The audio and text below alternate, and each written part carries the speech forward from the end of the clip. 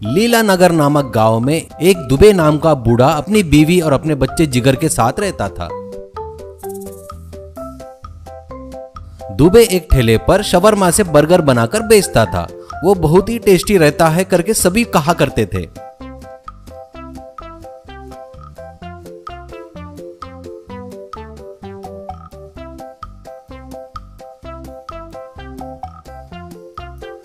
पहले चिकन को अच्छे से भूनना, फिर उसके छोटे छोटे टुकड़े कर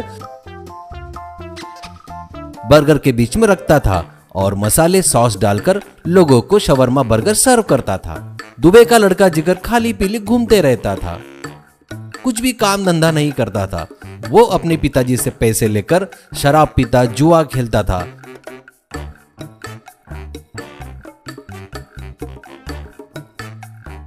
कितना भी समझाओ वो नहीं सुनता था।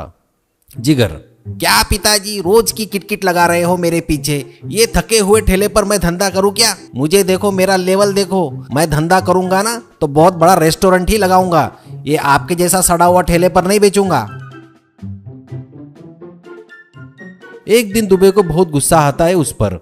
दुबे, 1 रुपए भी नहीं दूंगा, जो करना है कर ले। और हाँ, तू सोच रहा होगा मेरी जायदाद में हिस्सा मिलेगा, वो भी नहीं दूंगा, क्योंकि ये सब मैंने मेरी मेहनत से कमाया है।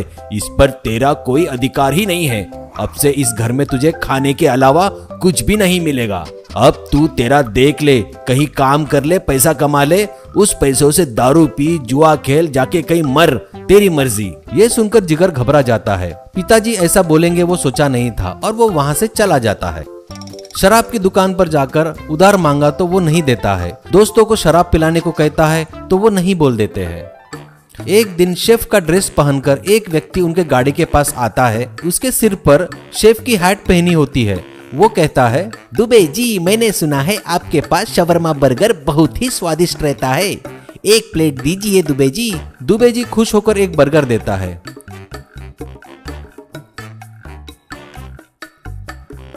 वो खाकर, वाह क्या स्वाद है, क्या टेस्ट है, ऐसा कहता है। पैसे देकर, दुबे जी मेरा नाम गौतम है, मैं 5 स्टार होटल में शेफ हूँ।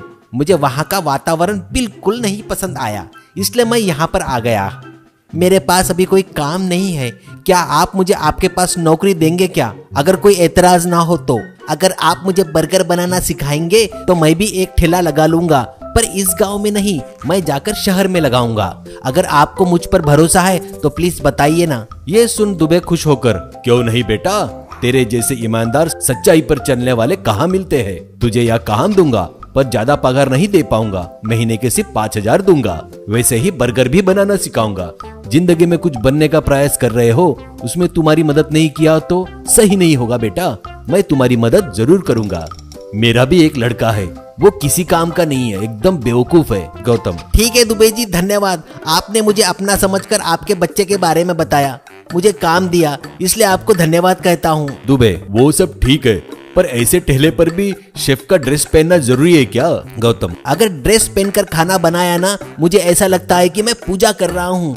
ये ड्रेस नहीं पहना तो खाना नहीं बना सकता मैं। और हाँ, हैट नहीं पहने तो बाल अगर खाने में गिर गया तो कितना गंदा लगेगा, आप ही बताइए। ऐसा कहकर वहां से चला जाता है। अगले दिन से वो काम पर आया और अपने काम में लग गया।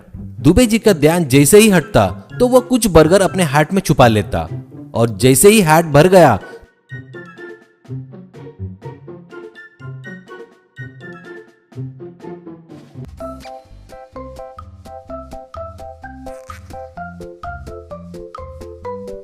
तो खाना खा के आता बोलकर वहां से चला जाता। वो सीधे वाइन शॉप में आकर सभी बर्गर जिगर को देता था। जिगर वो बर्गर बेचकर जो कमाता था उसमें से कुछ पैसे गौतम को भी देता था। ये सब जिगर का खेल था, किसी को पता ही नहीं होता था। ऐसे ही गौतम रोज बर्गर हैट में छुपाकर जिगर को लाकर देता था।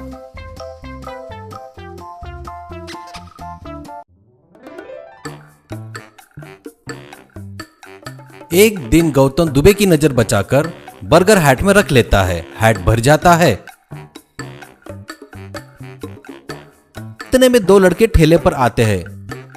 उनमें से एक, दुबे जी 2 बर्गर दीजिए। दुबे जी बर्गर देते हैं और वो खाकर